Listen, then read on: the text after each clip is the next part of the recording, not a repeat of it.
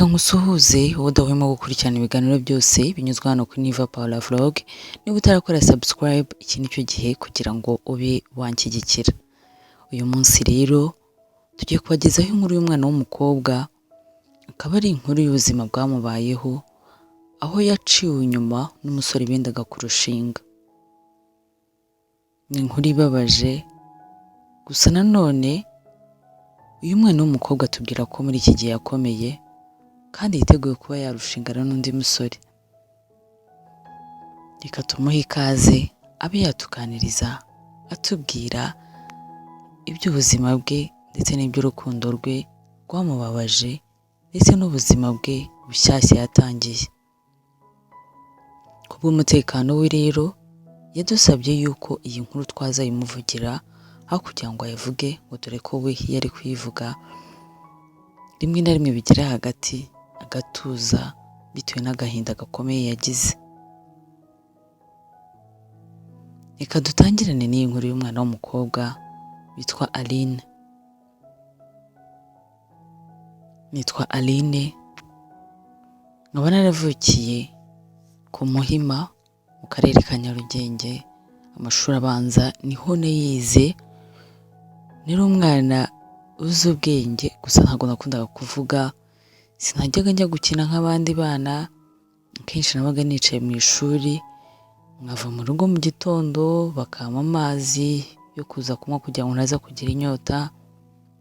Rimwe na rimwe yewe bakanyuzamo bakampa n'imbuto, gusa byose uko babimaga nabisubiranaga mu rugo n'amasoni menshi. Rimwe na rimwe nabaga numva mfite ubwoba bwo kurya abantu bari kundeba.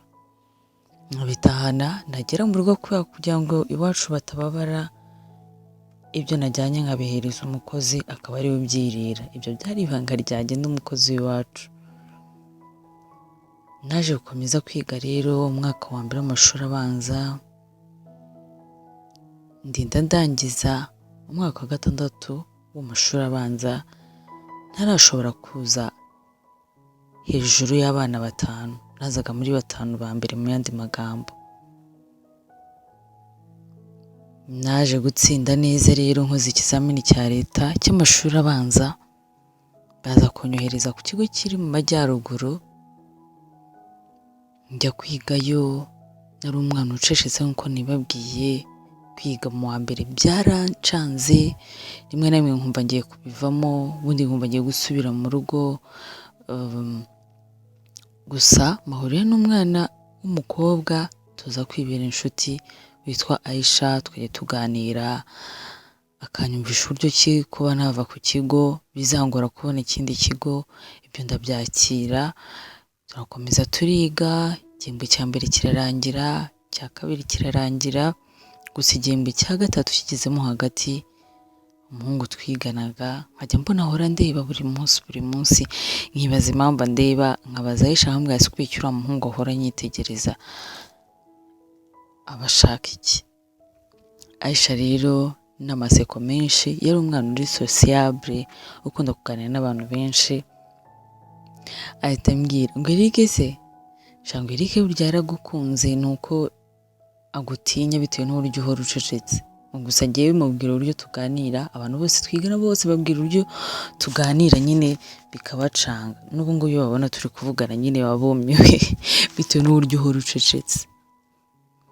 Icyo gihe nyine Aisha yambwiye ayo magambo, maze kuyambwira ndibaza nti se, none se guceceka kwanjye se hari abantu bibangamira? Ko mbazi ko ari ibintu byiza. Njye ku giti cyanjye ntabwo rwose mba numva ari ibintu birenze, simba numva ari ikintu nyine kibangamiye abantu, bitewe n'uko nanjye iyo mbona umuntu acecetse sinjya mbasha kumuvugisha. Iyo aje kumvugisha ndamuvugisha, atamvugisha nyine nkabyihorera. Ndetse bari abantu bahereye bavuga ko ntajya mvuga, nta n'umwe uraza kumvugisha. Aisha ati sha byihorere, abantu bose barabizi. Iyo uvuze izina ryawe byonyine ikigo cyose kirakangarana. N'amaseko menshi rero njye byarancanze, ndibaza ndetse ko nta kintu, ko ntari umusitari muri iki kigo, nta kintu kirenze nakoze abantu bantinyira iki koko. Aisha ati nyine bigize nabi, bigize akantu kari aho ngaho nikavuga nikagira iki gahora gacecetse, se ubundi nkawe ninde wakuvugisha usibye njyewe wasaze. Aisha rero dukomeza kwiganirira, gusa nyuma uwo muhungu witwa Eric yaje kuza kumvugisha, turavugana, nkajya mbona ni umwana mwiza, ambwira uburyo ki nta mama agira, kandi nyine kumva ko umuntu adafite mama we murabizi rimwe na rimwe birababaza. Ambwira uburyo ki yarizwe na mukase, uburyo amufata, nyine numva ni ibintu bibabaje cyane. Mpita niyemeza ko umwana ngomba kumubera inshuti, tukajya twiganirira bitewe n'ibikomere amaze kumbwira ahuye nabyo. Twabaye inshuti, tuba inshuti, yewe bigera n'igihe biza kurangira ambwiye impamvu yashaka kumvugisha. Eric yaratangiye ati rero mukobwa mwiza, ntabwo ukunda kuvuga, narabigutinyiye, gusa ikintu kinshimishije gihora kinanshimisha ni uburyo ki dusigaye tuvugana, usigaye wirekura, uvuga neza, mbese nta mutima mubi, ukuntu nagutekerezaga nanjye nzagutangira ubuhamya. Aisha yajyaga bitubwira tukagira ngo nyine ni ibintu biri aho ngaho by'amabeshyo, ariko ikintu kinshimishije ni uburyo uri cool, uburyo uganira, kuri ngenda gukunda. Akimara kuvuga akajambo ndagukunda nyine ngiramo ubwoba, bitewe n'uburyo Aisha yarambwiye ati uriya muhungu aragukunda ku buryo yumva umwana akundana, kandi njyewe rwose kuva nanabaho nta muntu n'umwe twe twarigeze dukundana. Narinze ndangiza primaire ntazi iyo biva n'iyo bigana, ndinda ngera mu wa mbere mu gihembwe cya gatatu nta muntu n'umwe mbona, nkumva ndanabyishimiye. Akimbwira ku kantu yo k'urukundo mpita numva ngezemo ubwoba ku buryo nkundamo. Ndamubaza se Eric, ukunda umuntu gutyo gusa nanjye kugira ngo utabitekerezaho cyane, mpita mubwira ati sha nanjye ndakwikundira, natekereje ibintu byose bambwiye, nyine numva ukeneye umuntu wakuba hafi, ni ukuri njye mbona nawe nta ribi ryawe, twajya twivuganira nyine tukiganirira. Ara kumubwira gutyo mbona yarahindutse. Eric ati erega njye ndagukunda, ntabwo nyine ngukunda nk'inshuti yanjye yanyegereye tukaganira, burya amaze igihe kinini kuva tukigera hano narakwitegerezaga nkumva ndagukunze cyane, nkabona umwana witonze, nyine nkahita ntekereza ibihe byanjye bya kera, mama agipfa ukuntu nabaga ameze, ukuntu nabaga mbabaye, nyine nkumva nshaka kuganiriza, nkumva nshaka kuba ndi kumwe nawe, kuko sinigeze nkunda abakobwa basamara. Buriya yishashatse uko dukundana, ariko nyine bitewe n'uburyo ubona yitwara mbona nyine ntibyavamo. Uramutse rero unyemereye tugakundana bya nyabyo, apana ibingibi, ni ukuri nazagushimira. Eric yabaye akimbwira ibintu nk'ibyo, mpita numva ndumiwe, numva nsheshe urumeza, mpita musezera ndamubwira ati bye, tuzahure ejo ku ishuri. Ubwo naragiye njya kuryama, mbura amahoro, mbura uko mbivuga, mbura aho mera, ndaceceka. Aisha ambaza ati ko wakonje byagenze gute, nkaceceka. Gusa biza kurangira amubwiye uburyo Eric yambwiye ko nkunda. Aisha nkibimubwira yabisamiye hejuru arishima, mbese amera nk'umuntu umeze amababa. Ndangije rero ndamubwira ati Aisha, ngiye ibintu byo gukunda ndabitinya, sinzi ngo nzajya musuza gute, sinzi niba nzongera no kujya muri refe, sinzi niba hari ahantu hamwe nzongera kunyura pe, uriya muhungu ari. Aisha ati vana ubwana aho ngaho, uriya muhungu aragukunda, abantu bose barabizi, ati ariko uzi ko buriya ngiye nigeze kumutereta ariko akankatira akanyanga. Ati none wowe ugize Imana yarakwitereteye, gusa wamwanga gute, ni umwana mwiza, ntazakubabaza bitewe n'uburyo nawe yibabariye, nta mama we agira, mukase amufata nabi, agize Imana rero mugakundana byaba ari byiza. Nuko rero bwarakeye tujya ku ishuri, nareba Eric nkareba hasi, yandeba nawe akareba hirya, mbese twari turi muri ako gakino gusa aribyo twibereyemo. Hanyuma rero nanjye hashize nk'iminsi nk'itatu mbitekerezaho, uko mwitegereza mu ishuri, sinzi ahantu urukundo rwavaga, nanjye nshiduka rwose numva uriya mwana w'umuhungu nanamukunze. rimwe rero musaba ko tubonana, twavuye muri etide, ndamubwira ati twabonana, arambwira ati nta kibazo, turaganira, ndamubwira ati ngiye kwemerera ko dukundana ariko ndagusabye umbabarire ntuzigire umbabaza mu buzima bwawe bwose. Eric ati sindigera nkubabaza, ni ukuri ninkubabaza Imana izabimbaza. Umuhungu twarakundanye, twiga mu wa mbere, twiga mu wa kabiri, tugera mu wa gatatu, dukora ikizamini cya tronkome, buri wese aratsinda amwohereza ku kigo cye, gusa njye nagiye kwiga ntaha, nawe ngo ajya kwiga ataha hafi y'iwabo, tukajya tuvugana gake gake, dore ko iyo abantu rero batari kumwe cyane akenshi urukundo rwabo narwo rimwe na rimwe rurakonja cyangwa se rukajya hasi cyane.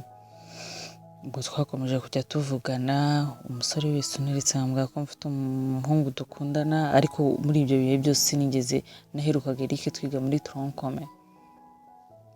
Hanyuma rero byaje kurangira dukora umwaka wa 6 mu mashuri yisumbuye, kwa kundi tuba twiciye dutegereje ingando zarageze, tuza kujyayo, ngize Imana amahurira na Eric turongera turavugana, ambwira ibintu byinshi, urumva twe tumaze hafi imyaka 4 tutabonana, tubwitwa buri nimugoroba, tukajya duhura tukaganira, twaba tugiye kurya tukahura tukaganira, nyine ibi bintu byiza pe.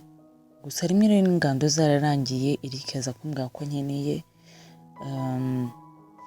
ndagenda, yari yambaye neza, naduhurira ahantu mu mujyi wa Kigali, turicara, ati rero naragukunze, ndagukunda cyane, ni umukobwa wa mbere nakunze kuri iyi si, nanjye ni rwose ni umuhungu wa mbere nakunze, nta n'undi muntu rwose banigeze ko dushobora kuzakundana bikagenda neza. Nyivuga ayo magambo mbona Eric arahindutse nyine mu mutima we, mbona nyine abuze amahoro, nibaza impamvu, birancanga. Byari ibintu bikomeye cyane kubona umusore ushinguye, ufatika, wanabonye akazi, dore ko twe tukirangiza ingando yahise abona akazi keza rwose. Umuhungu wari wambaye agatise, agashati ke keza, mbona ararize. Ndibaza ni Eric abaye iki? Ndamwegera ndamubaza ati se rukundo rwanjye, Eric ubaye iki ukuri kurira? Hari ijambo mvuze ribi? Hari ikintu se mvuze kikwibutsa mama? Eric arakomeza ararira. Mu buzima kuva twanamenyana ni ubwa mbere yari mbonye agize iyo reaction. Ndamureka, arabanza ararira, aricara aratuza, hashize akanya ahita ambaza, none se uzambabarira? Nise ndakubabarira ukoze iki? Naje arambwira ngo bituvugana mu kwezi gutaha mfite ubukwe. Mwabantu mine babeshye, nabaye nkuguye muri koma, bitewe ariko n'uburyo none umukobwa yihagararaho muri iyo myaka, sinigeze mwereka ko mbabaye. Umutima wanjye nahise ntekereza ko ubwo nyine yahuye n'umukobwa undenzeho n'iki ndamubwira ufite ubukwe? Ufite ubukwe cyangwa urimo urambeshya kugira ngo urebe uburyo nitwara? Nise ufite ubukwe nande? Ubwo njye nawe twakora ubukwe tutarigeze tubivugana. Ariko akomeza kunyitegereza ngo oya, mfite ubukwe n'undi mukobwa. Burya tukirangiza ingando, kugira ngo nyine mbone akazi, mabuja wanjye yambwiye ko ngomba gukundana n'umwana we. Ngira ngo nyine ni ibintu by'imikino, umukobwa turakundana, gusa sha byarangiye muteye inda. None mabuja yanegetse ko tugomba kubana, kandi nanjye ndabona aricyo gisubizo, ko nanjye sinigeze nifuza ko umwana wanjye yabaho atabana na se ndetse na nyina. Kimbwira gutyo nibwo nanjye ndatangiye gutekereza ibintu byinshi, ndibaza nti se uyu muhungu ibintu ari kuvuga biri seriye? Mbona arakomeje ababaye cyane. Mu mutima wanjye rero hari ikintu nakuze mvuga ko ikintu cyose kitari icyawe nyine kiba kitari icyawe. Ndambwira ati Eric nta kibazo, ubukwe bwawe numva hari icyo numva nzagufasha, nzakuba hafi, nzagufasha buri kimwe cyose, ko nigeze umbwira umwana mubi, so uzahirwe. Eric nyine n'agahinda kenshi ati ni ukuri urakoze, numva utari bubyumve. Ahita nsezera, arambwira ati ubwo reka ngende, ndabona n'uyu mukobwa atangiye kumpamagara. Ndambwira nta kibazo genda, ubwo nanjye fagitire ndayishyura nta kibazo. Eric yaragiye nguma aho ngaho, noneho akimara kugenda wari ubwo ntangira gutekereza neza ibintu bimbayeho. Mbura amahoro, njya muri dushe mvuza induru nyine kwa kudabona bavuza induru pe, kumva kuvugije induru ntitaye ngo ndi ahantu h'abandi ko twe twasohotse, ibyo sinigeze mbyitaho. Murabizi rero ko toilette nyinshi z'ahantu biyakirira akenshi z'abahungu n'iz'abakobwa ziba zegeranye. Navugije induru ariko hashize akanya numva umuntu ari gukomanga ahantu muri dushe narindi hafi kuri toilette, mpita ntunga mu maso vuba badasohotse, mbura umuntu ukomanze, ariko ku ruhande mbona umusore uhagaze nawe aranyihorera. Ubwo naragiye ndihanagura nsubira kwicara.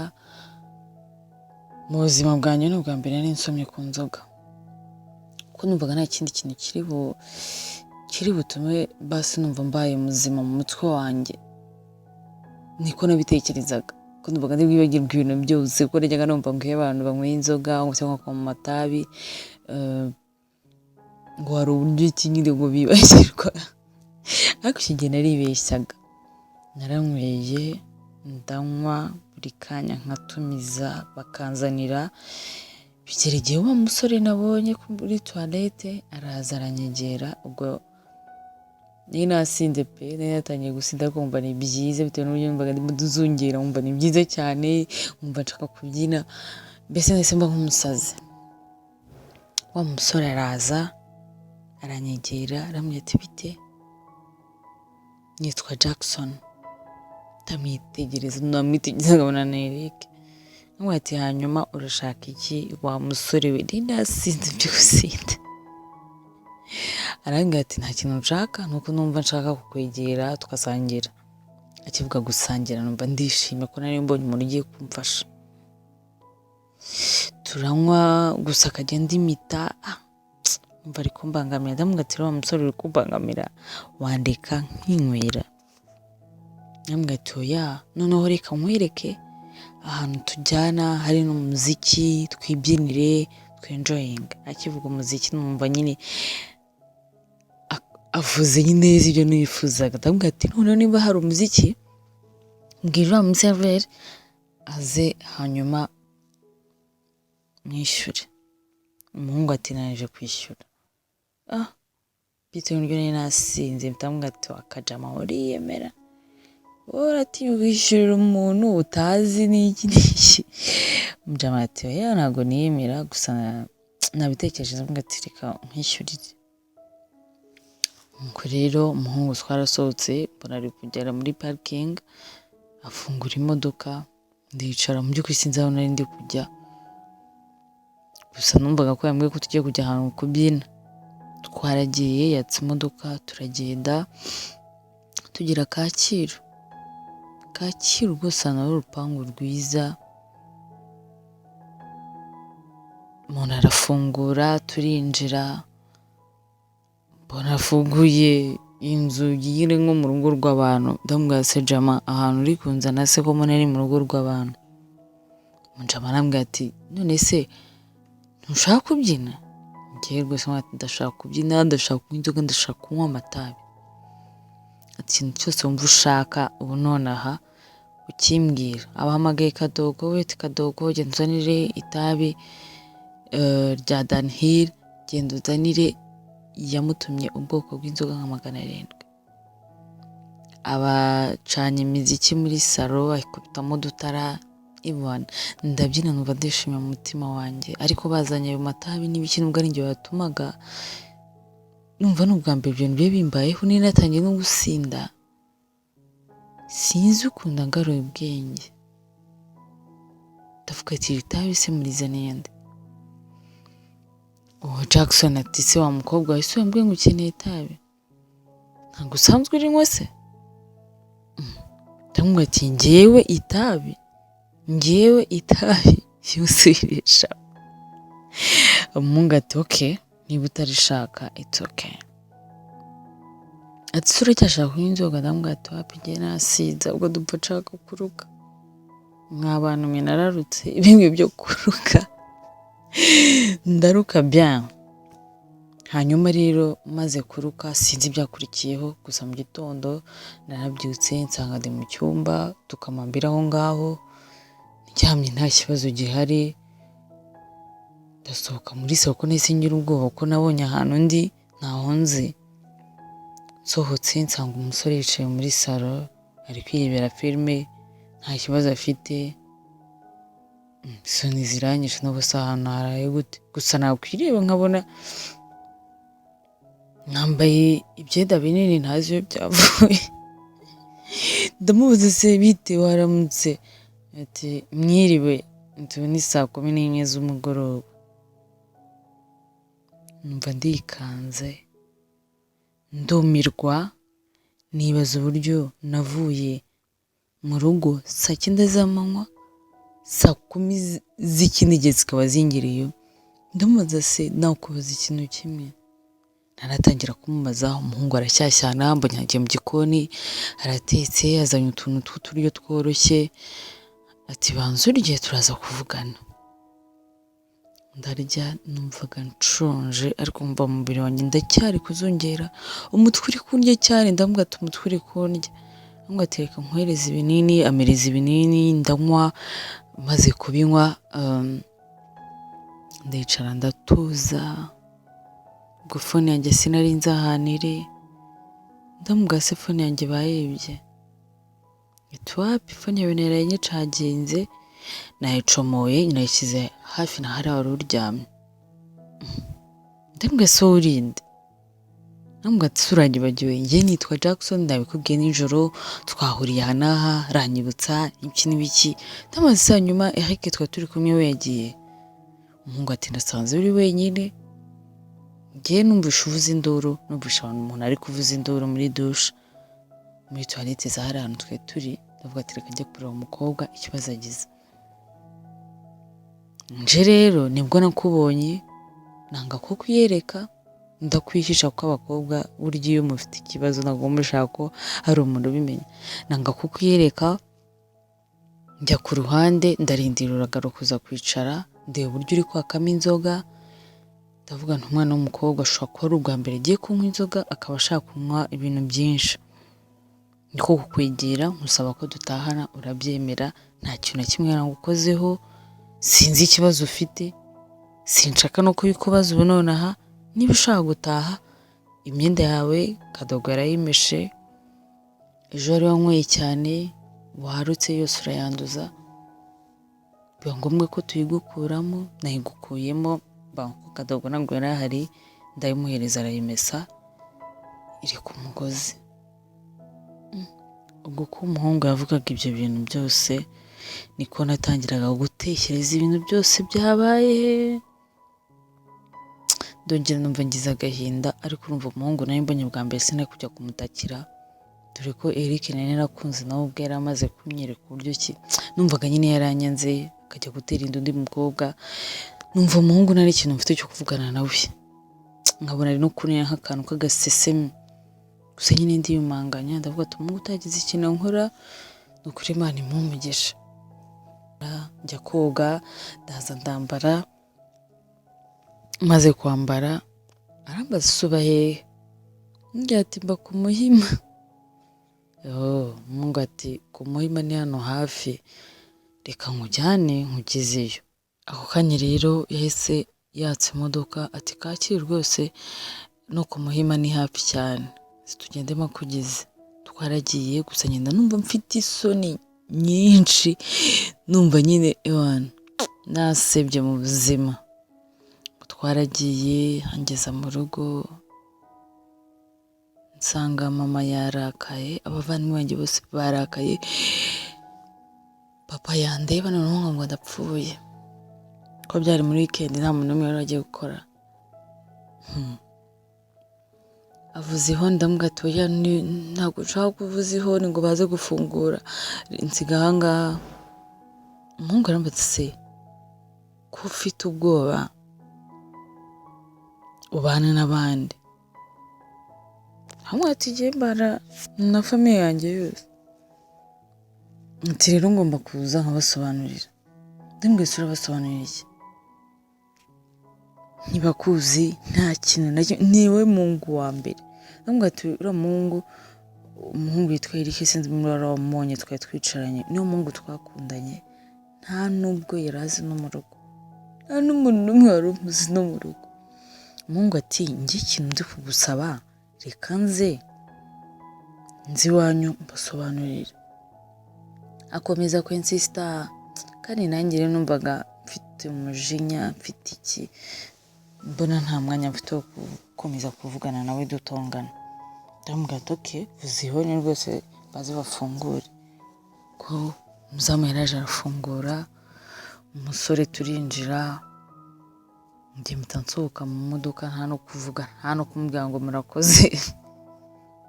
Mpita ninjira, mpita njya no mu cyumba, habe no gusuza mu rugo, mpita nifungirana. Umuhungu ubwo yarinjiye ajya mu rugo, asuhuza mama, asuhuza abavandimwe, papa yari mu cyumba we yarakaye byatari, akimara kumva ko nahageze yahise ajya mu cyumba n'umujinya mwinshi noneho kugera mu rugo gutyo, ari ubwa mbere wari mu gasozi ugatahanwa n'umusore, uburyo bagufata ngira ngo nawe murabizi. Ubwo rero umusore yarinjiye atangira arasobanurira, sinzi ibintu yababwiye pe, sinzi ibintu wowe, sinzi uko byagenze. Nyumva mamaje kunkumangira ku cyumba ati se ntabwo uri berekeza umushyitsi? Ndamubwira ati ariko ngira umushyitsi mfite. Barumirwa, mama arambwira ati fungura uzerekeze uriya muntu, nese urabona ari nde muntu yo muherekeze ko ariyo muzehe? Ati mama ntabwo tuziranye. Mama ati yatubwiye ariko ngwino umuherekeze. Akomeza kwensista, numva na papa aravuze ngo mubwire ako kantu kaze gaherekeza undi mwana. Numva papa avuga mpita numva n'umutima urasimbutse, mpita mfungura ndagenda ndamuherekeza. Ndamubwira ati ariko n'undi munsi sinzi ibyo usobanuye mu rugo, sinzi iki, sinzi ubwo bagufashe, ariko ntuzagaruke hano. Umuhungu ati nta kibazo ntabwo nzagaruka.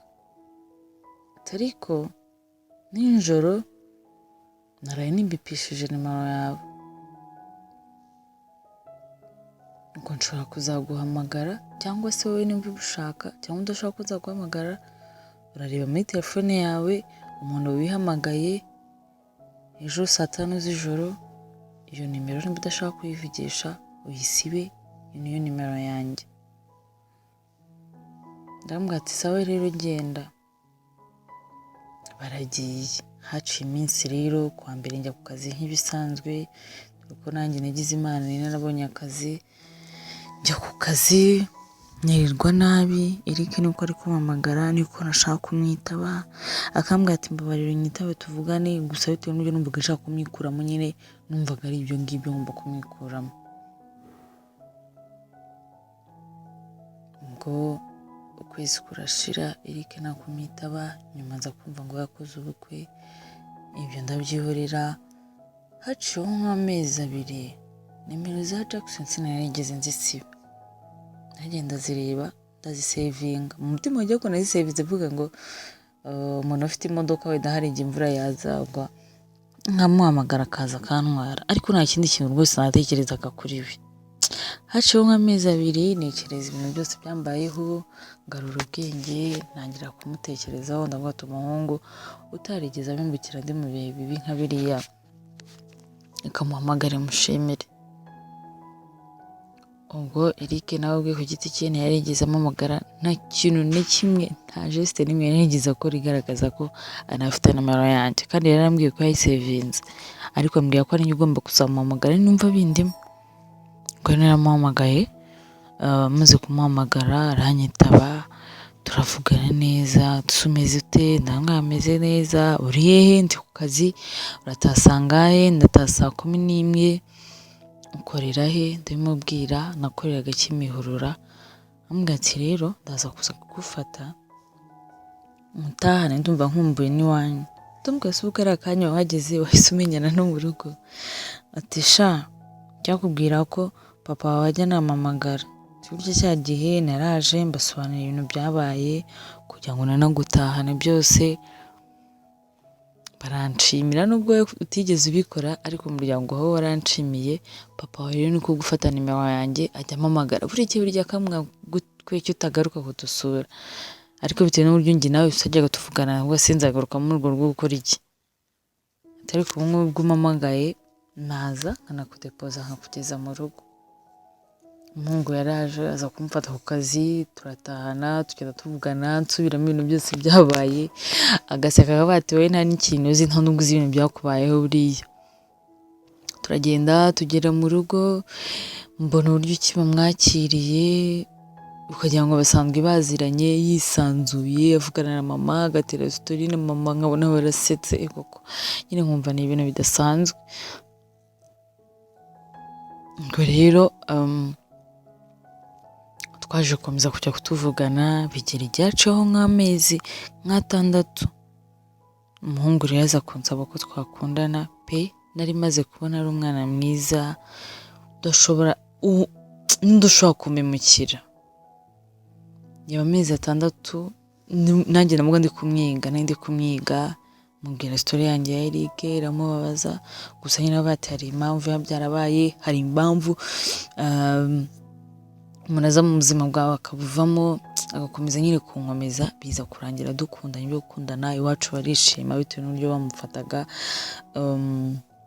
Turakundana pe, turakundana, twakundanye urukundo rurenze n'urwo nakundanaga na Eric, kuko we twakundanye dukuze tuzi icyo dushaka. Umuhungu rero ko twakomeje kugenda dukundana,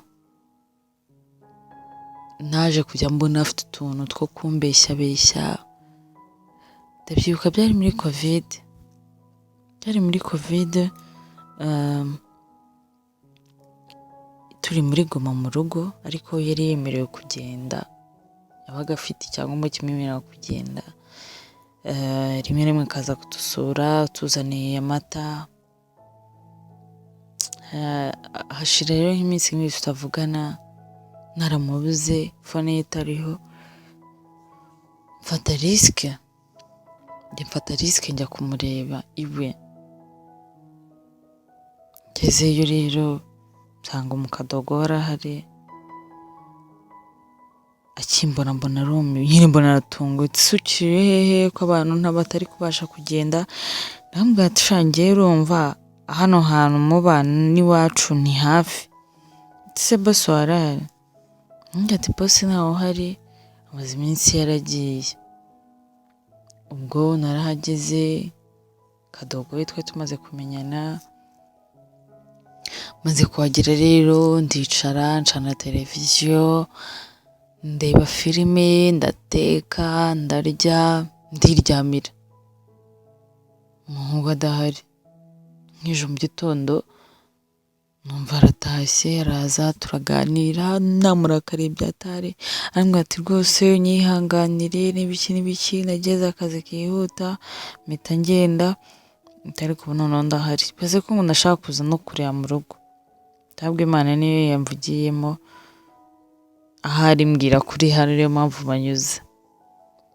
Ubwo rero twaricaye turaganira, imijenyo yose nari mfite isa nk'ishize, gusa nyine nkajya mbona yarahindutse, hagira umuntu umuhamagara akajya kwitabira hanze, ni ibintu bitajyaga bibaho. Rimwe na rimwe nkumva ari kubwira umukadogo ngo genda ngo kwa Solange ngo aguhe ibi n'ibi, yamutumye ibintu byo kunywa, kadogo akajyayo. Ariko mu by'ukuri uwo Solange yari umuseriveri w'ahantu mu kabari, sinzi uburyo ki bakoraga muri covid, ariko ntago yajyaga abura ikintu cyo kunywa. Kadogo yagendaga akabizana byo kunywa, ariko buri munsi umwe nibwo naje kubabara mu buzima bwanjye, mbona uwo mukobwa yitwa Solange amuhamagaye, yari yanditseho Solange umuseriveri. Eric ngira ngo amurimo nk'ideni, ariko amuhamagaye atajya kumwitabira hanze, aratinda pe, atindayo cyane.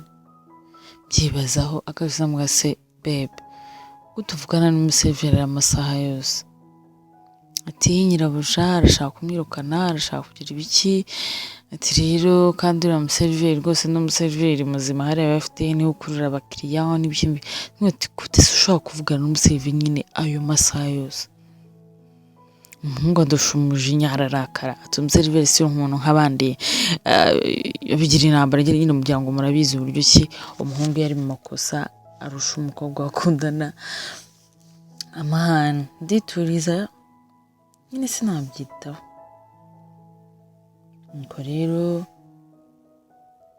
rimwe mbaza mu Kadogo ndamase hari abantu bajya baza hano? Kadogo ati wapi, abantu bajya baza ngo gusa, atangiye kuvuga gusa ataceceka ngo yena ko nta bantu bajya bahaza. Ndamubwira ati Kadogo, mfite ubushobozi bwo kwirukana, mfite ubushobozi bwo kubwira Jackson ntazongere kuguhemba, icyo ndi kugusaba nonaha fasha umbwire ni bande bajya baza hano.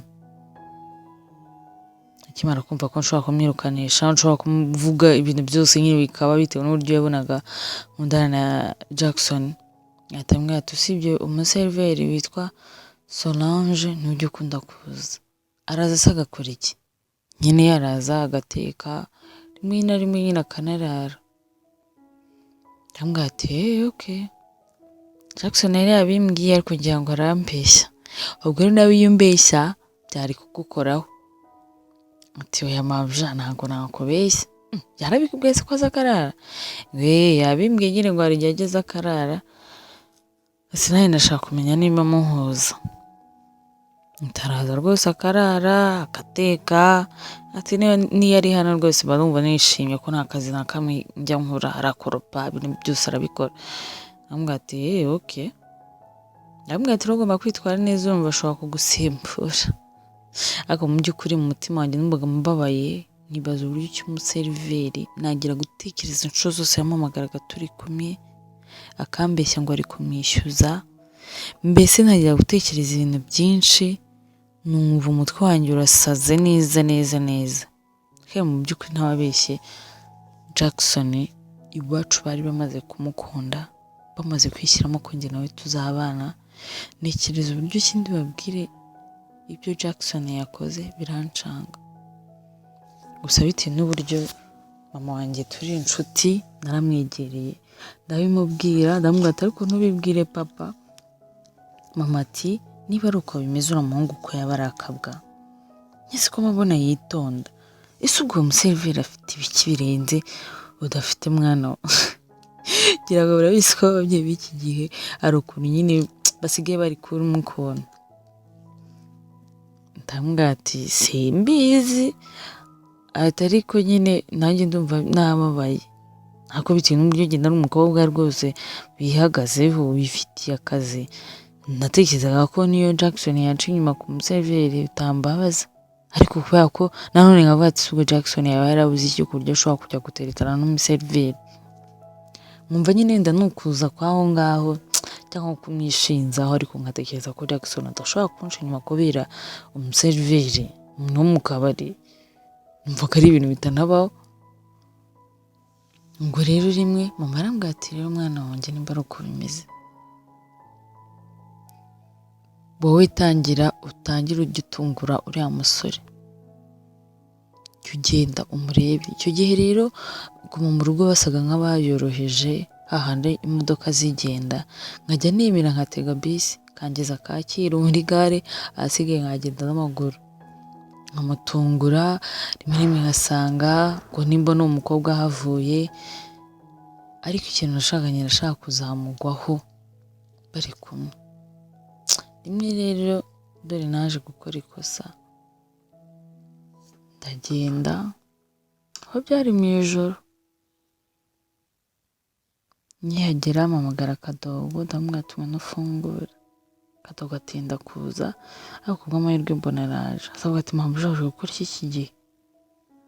Ndamubwira hano ni iwanjye. Ati none se ko wa mukobwa ahari? Ndamubwira sinde kandi ngo nyine ngo Solange ngo yaje ngo yanaje kare ngo ari kumwe na boss. Akivuga gutyo nabaye nkomeza amababa, noneho sinzi uko nageze muri salo. Ngera muri salo mbura abantu, ngera mu gikoni mbura abantu. Ntabwo mushobora kumva uburyo ki nasanze Jackson umusore nari narakunze, umusore waranyibagije Eric, aryamanye n'umuseriveri, byo kuryama ntabwo mushobora kubyumva. Nabaye nk'igiti, ndavuga ngo ndapfuye, mvuze induru, numva ubuzima burahagaze, numva icyitwa igitsina ngo aho kiva kikagera cyose udasize n'umwe, nta n'umwe numva nshaka kuzongera kuvugana nawe, numva nta n'umwe, mbese ntabwo mushobora kubyumva. Jackson arandeba buri icyo avuga, umukobwa nyine fera, umukobwa w'inshinzi, atambwira turashaka iki se madame? Ndamurambura icyo mvuga nyine, ndabitegereza. Jackson bwa buramwica, yari azi uburyo kingira amahane, ariko amahane yanjye yose yahise ashonga, yahise ashira, numva gusa nkumva igisubizo ari uguceceka. Umukobwa arazanye karaga imbere, akajya ndeba nkamwihorera. N'abana mwe ibyago bibwira abagabo. Nicara muri salo ndababara. Jackson afata wa mukobwa munagira imyenda n'ibyo kuko nawe yarabaye nk'umusebye. Mbura uhaguruka mu ntebe, igifu kirandya, ndatsepfura ko sinabashaga kurira salo, gusa nari gutsepfura gusa, sinzi aho byari bivuye. Ubwo rero ndangije ndicara mu ntebe, mpamagara mama biramucanga, abura ikintu akora. Ambwira ati rero shaka uburyo utaha cyangwa duhamagare umuonkre w'umusirikare twari ufite imodoka, niwe waje kuntahana. Mama yambwiye ahantu mpagarara baza kumfata. Ndababara kuko ukwezi Eric yakozemo ibyo bintu niko kwezi yari guteganya kumporopoza, ko twari twarabivuganye. Numva nanze abasore, ubu uko mpagaze ubu ndikundana n'undi muntu, ariko ntababeshyi. Niyo yatangiye kumbwira ko kutangiye gukura, ko nta kintu wibwira, ko ntaki, kutareka ngo dupange ngo tuganire ibintu by'ubukwe, mburaho mera, mbura uko mbivuga. Mu by'ukuri impamvu natanze iyi story y'ubuzima bwanjye, hari n'umuntu uri wiyumva kumva yarasanzwe ayizi bitewe n'uburyo ki wenda ari nk'abashuti banjye bari buze kubyumva. Nayitanze hano kugira ngo basi abantu bazumva iyi story babe bangira inama. Ese koko uwo muhungu turi gukundana we ntazamemukira? Ndabwirwa n'iki ko atazambera nka Eric cyangwa mbere nka Jackson? Mungire inama. Ese mwemerere dukundane bya nyabyo tunabane, cyangwa nawe mwitondera abasore bose barahindutse? Mungire inama ndabasabye. Aha ngira ngo rero murabyumvishe story y'umwana w'umukobwa, ni inkuru ibabaje, inkuru iteye agahinda, yifuje ko twayimunyuriza hano tukamubwira, tukamuvugira kuko yatubwiye uburyo ki bimeze byose uko byabaye kuva ku murongo kujya aho bigeze ubu ngubu. Mu by'ukuri ari mu gihirahiro n'umuhungu bakundana, ari kwibaza nimba bashobora kubana cyangwa se badashobora kubana bitewe n'ibintu byose yahuye nabyo. Wowe urumva wamufasha iki?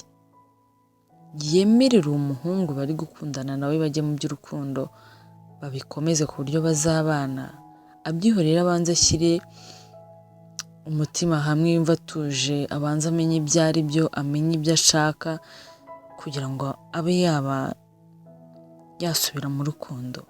Ese we nihe nama wamugira?